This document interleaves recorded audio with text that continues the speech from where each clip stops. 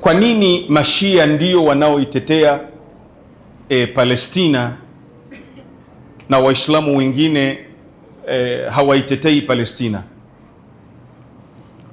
Mimi nadhania Waislamu wote, Masuni na Mashia, wanakosa raha kwa yale yanayojiri Palestina. Waislamu wote, hakuna Suni, hakuna Shia ambaye anaridhia na anaona raha kwa yale yanayofanyika katika ardhi ya Palestina. Hakuna Muislamu Suni au Shia, Suni au Shia, ambaye anaridhia yale mauaji ya kimbari yaliyofanywa Gaza na yaliyofanywa na miji mingine ya Palestina.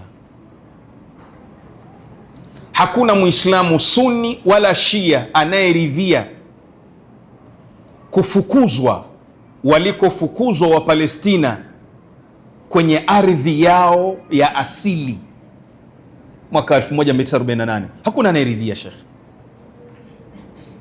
Si Saudia, si wa Saudia wanaridhia,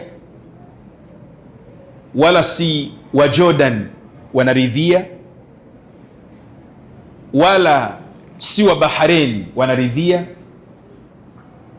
wala si wa Sudani wanaridhia. Hakuna mtu anayeridhia. Ni ndugu zetu wale wa damu.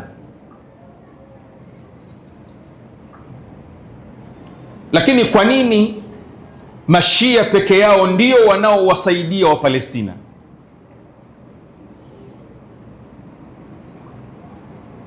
Nadhania nimetanguliza mwanzo neno moja kubwa sana,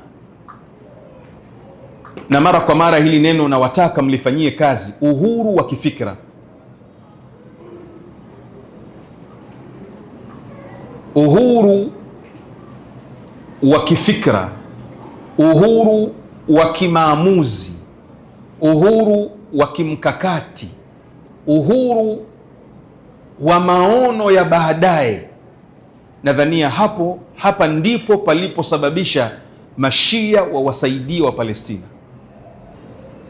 Mtazamo wa viongozi wa nchi za Kiislamu wasiokuwa Mashia ulikuwa sio mtazamo wa kiuhuru wa kifikra.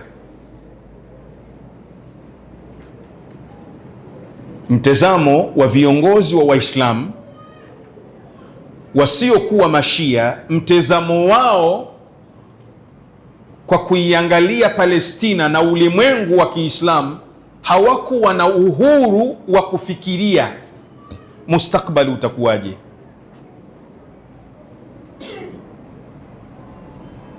Al-Imamu al-Khomeini Quddisa Sirru, yeye aliwazidi wenzake kwenye upeo na uelewa wa mambo kwa upana mkubwa sana. Hapa hii ndiyo sababu.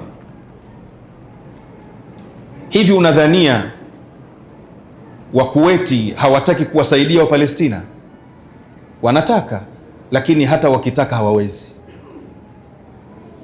Kwa nini? Kwa sababu viongozi wao uhuru wa kifikra na kwa mustakbali mpana wa nchi zao ulikosekana. Upeo huo ukawapelekea wao wachague, naomba mnisamehe kwa hili neno, wao wachague, kwa Kiarabu wachague ubudia, wachague utumwa. Mashia wao, viongozi wao hawakukubali kuchagua utumwa. Nadhania nyote mnafuatilia siasa, mnaona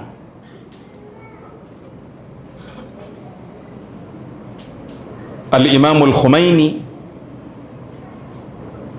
alitangaza mapema tu, akawa anamwangalia ni nani adui ambaye atakuja kuumaliza Uislamu, na akawa anasema adui wetu ni fulani. Lakini fil muqabil nchi za Waislamu zilikuwa zikiona la, huyu ambaye Khomeini anasema ni adui ndio rafiki. na leo huyu waliomuona ni rafiki ndiye aliyowamaliza wao. Nataka nimalize mwisho hapa na uhuru huu wa kufikiria. Kwa hiyo uhuru wa kufikiria na kujichagulia ndiko kuliko wafanya Mashia wasaidie wa Palestina.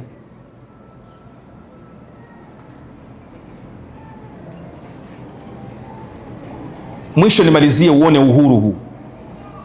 Kwenye miaka ya 90, wakati mfalme Fahdi ni mzima, alikuwa mfalme Fahdi akiwasaidia wa Palestina mayatima.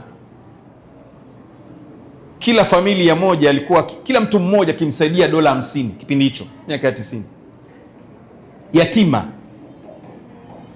ambaye wazazi wake wameuawa alikuwa akimpa dola 50.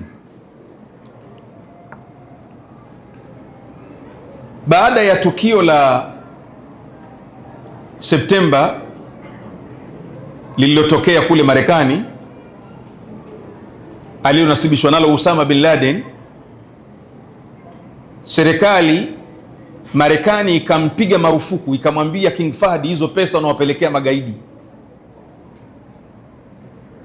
hizo pesa unawapelekea, yani mayatima wa Palestina ni magaidi.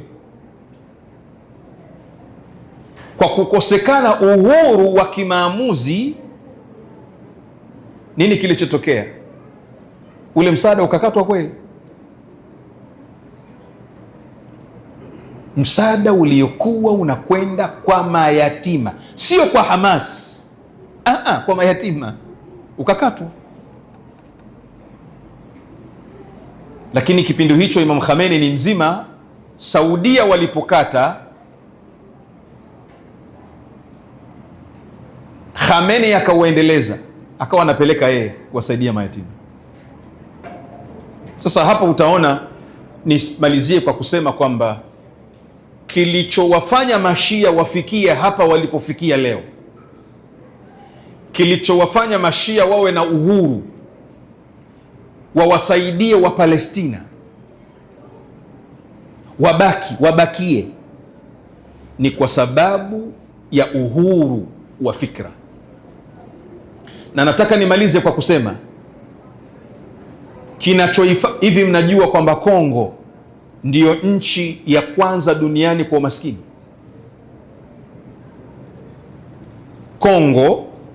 Kongo Brazzaville ndiyo nchi ya kwanza kwa umaskini duniani.